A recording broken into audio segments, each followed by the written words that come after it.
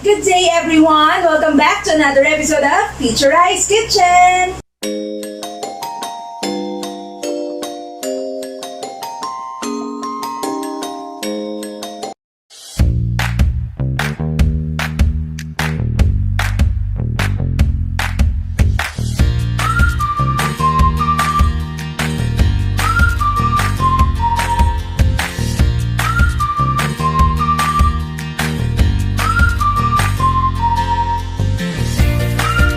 Today we will cook pork and shrimp siomai.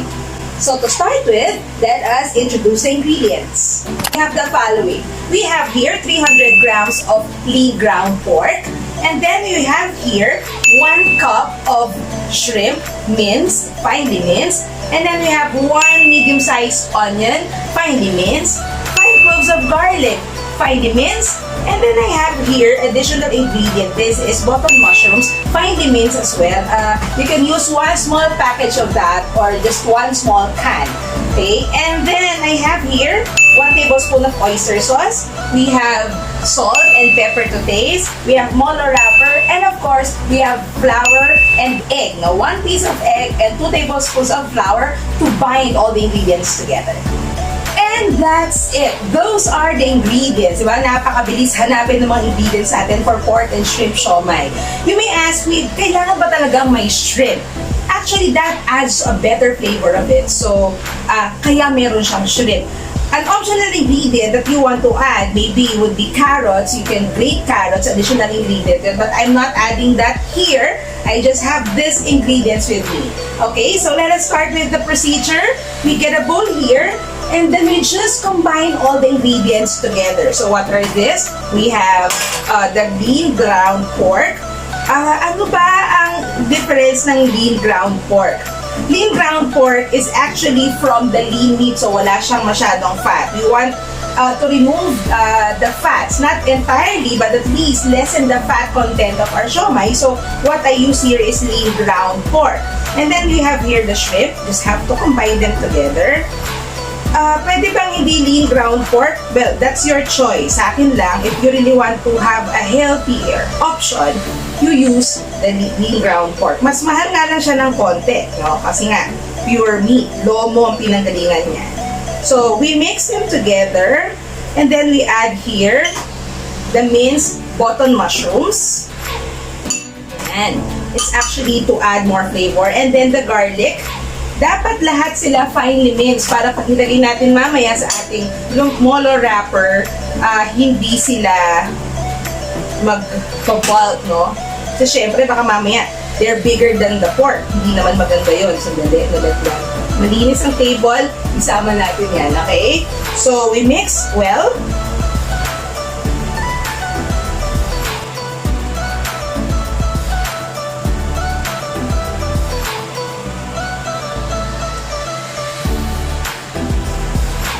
Okay, until properly combined. Okay, pwede naman kasing kamayin. Pwede naman basta you wash your hands. And then, we add salt and pepper to taste. So ako, I'm adding just half a teaspoon of ground pepper. If you want to add more to that, that's just fine. And then I'm adding a teaspoon, no, 1 teaspoon of salt to it.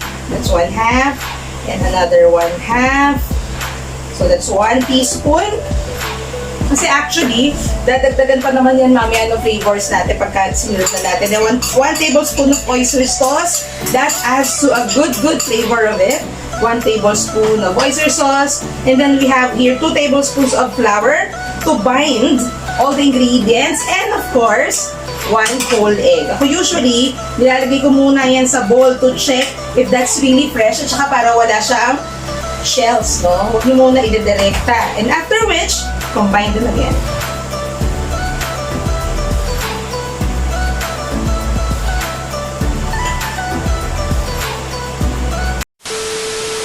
Okay, so we just have to make sure they're well combined. Now, how do you know that okay na yun? Tingnan nyo, no? If your mixture is still quite wet, katulad dito medyo wet, you can still add what?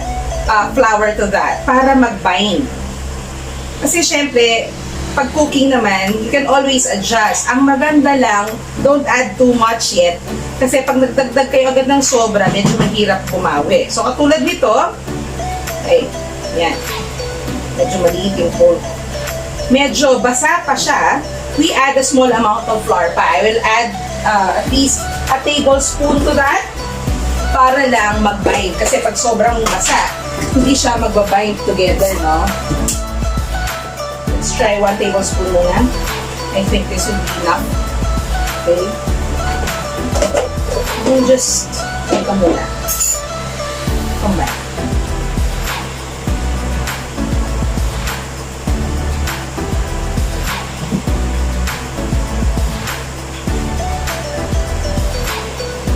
Until the mixture is evenly combined.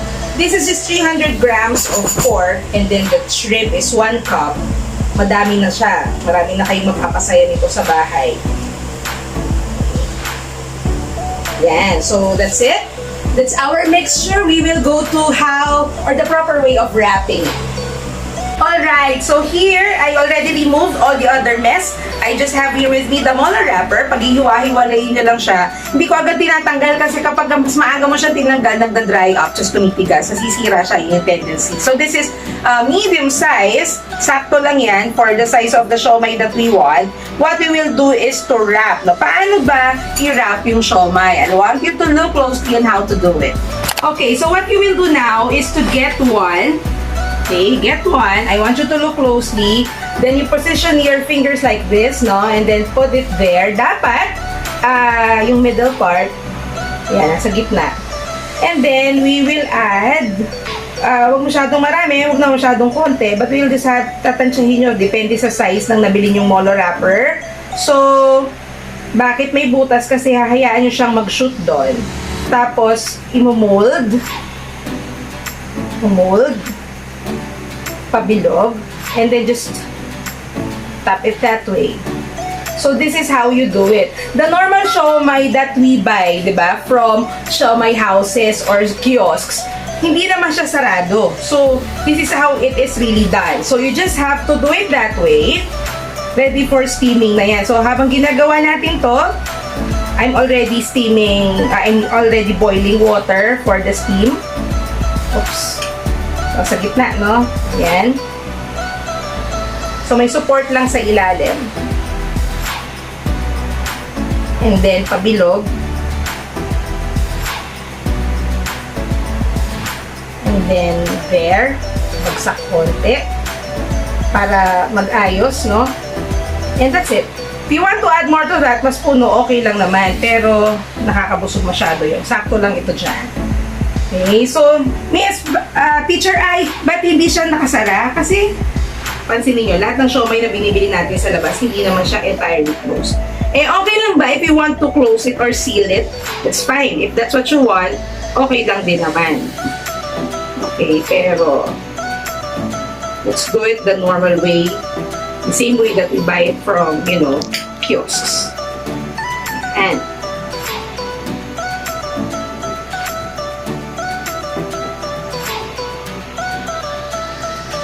so, while we're doing this, I'm already boiling water. Yung steamer, nilagyan ko ng oil.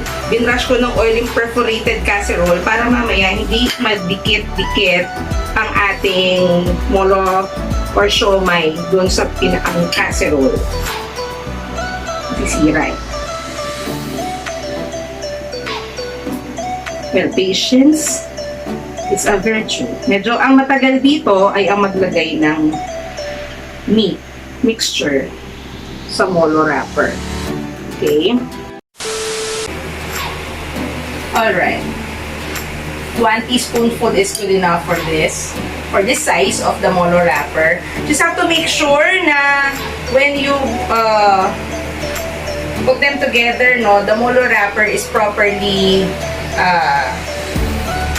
placed or attached into this one. So look at that. It should look like this. So para hindi siya nag-open. And then, to save time and to save utensils, direkta nyo na siya sa steamer. Okay, ito lang talaga yung matagal ang maglagay nito sa molo wrapper. Pero sa family, pwede nyo siyang gawing bonding time. So, anyways, nag-boil na yung water ko. I will show you already kasi nakaisa na tayo, no? Nilagay ko na direct. So, Miss, gaano katagal? Teacher Ai, gaano katagal siya dapat i-steam? Well, actually, 30 minutes. 30 minutes or until the meat is done. Kasi syempre ayaw natin ng hilaw na meat. So this is a high temperature because I was waiting for it to boil. Now, you have to just lower it kasi kumukulo na. Then we place the first layer here. Orasan nyo lang siya, no? Yan. So this is what you call the steaming process. So when the steam of the boiling water cooks the food that's in your steamer, and that's actually the healthiest method of cooking because you see, when you steam, the oils coming from the food that you're steaming, okay, the food that you're steaming, I want you to look at it, will go down to the water that is boiling. So ibig sabihin, magbabawasan pa yung fat ng ating food that's steam. Kaya nga healthiest method ito. So, we wait for 30 minutes. Huwag naman masyadong hina. Medium temperature. We wait for 30 minutes until it's cooked. At tapos, habang nangyayari yan, itutuloy ko ito. I'll be back in a few minutes. A few minutes later. And we're back! Okay, so natapos ko na lahat. Ilagay yung mga mixture natin sa ating molo wrapper. Naka more or less 5 or 10 minutes na to. Gagawin natin para mabilis, no? Ilagay na rin natin siya kasi 2 layers naman ang ating steamer. So, tanggalin ko muna to. Oops, mainit. Kailangan lang careful, no? Ilagay ko na to sa ilalim. Bakit nasa ilalim siya? Kasi mas matagal siya maluluto kaysa dito ng 10 minutes. Okay, so ilagay ko sa ibabaw. On top is the first one that we placed here, and then under that would be the second batch because it will take 10 minutes longer before it's cooked. Kasi naka 10 minutes na tayo. Mas maganda if you have an alarm. Para hindi nyo lang, ilang minutes na ba ako? If you have an alarm already of kung anong oras nyo siya dapat tanggalin, that's better. Okay, so this is what we have now. What if you don't have a steamer like this? Alam nyo, pwede naman kayo maging resourceful. Di ba yung rice cooker, meron yung kasamang steamer. Ganito yun, I have that also. Pwede nyo gamitin yung rice cooker, tapos natin yung steamer ng rice cooker nyo. Or, pwede rin naman casserole, tapos maglagay kayo dun ng parang, ano yon, yung perforated na ganito. Yan, di ba? Kompleto tayo dyan. Pwede to, no? Basta may mga holes sa ganyan, naging doon sa casserole, may nakalagay lang doon na pagpapatungan niya, tapos naka-steam na kayo. So, actually, maraming paraan. You can be very resourceful kung walang steamer sa bahay. But of course, it's better you have it kasi marami kang pwedeng gawin or lutuin recipes with a steamer. So, we will wait for this to cook. I'll be back after 20 minutes more. And so we're back after 30 minutes, and I'm sure that our siomai is already done. So we will check. Actually, luto na yan. Ayan. I want you to look closely. Then, that's how it looks like.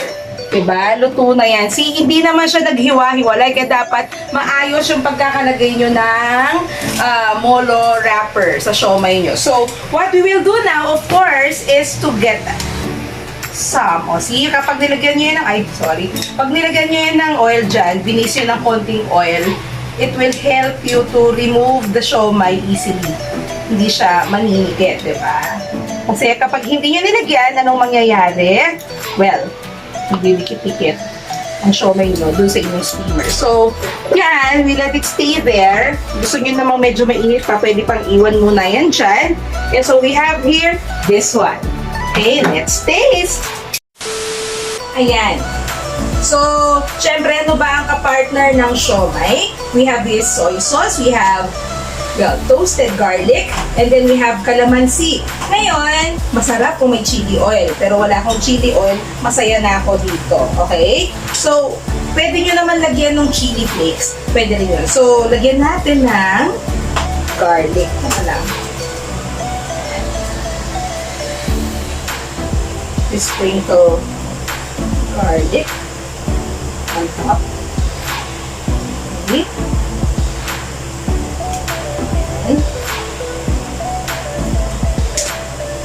And then we have here, of course, calamansi. wala naman masyadong plating required yan, di ba? So, tapos, syempre, lalagyan ng soy sauce. Depende kung anong soy sauce ang gusto nyo. I have here Kikoman. Masaya po siya, light soy sauce. Pwede rin dato puti, marka pinya, pwede rin yun. Okay, pwede nyo lagyan ng chili oil or chili flakes, pero ayoko maglagay ng chili flakes. Masaya na ako dito. So, that's it! Our pork and shrimp siomai ready to eat. Diba, nag-expand na siya kasi syempre, habang niluluto nyo, mag-expand pa yung wrapper, no, maluluto yung ingredients, so lalaki pa siya. Okay! The best time of this recipe or this episode is actually the taste test. Medyo mainit. Chopsticks tayo. Practice din pag may time. Tingnan na natin. Mainit lang.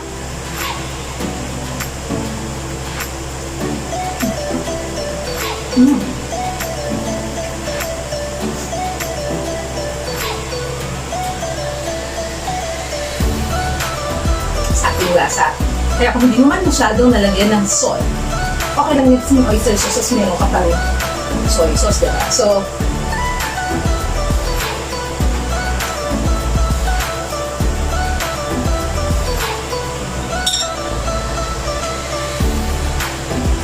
masarap ang homemade pork and shrimp siomai. Because you're sure you're using real meat, no extenders, mas malasa siya, mas nutritious siya. So, this recipe is very simple and I want you to do it. Okay? For your family, for your friends, for your relatives, or gusto mo lang mag-snack. Kayang-kaya mo na. Okay? So, with this, once again, this is me, Stakle, for Teacher I's Kitchen. I'll see you again in our next videos. Thank you for watching!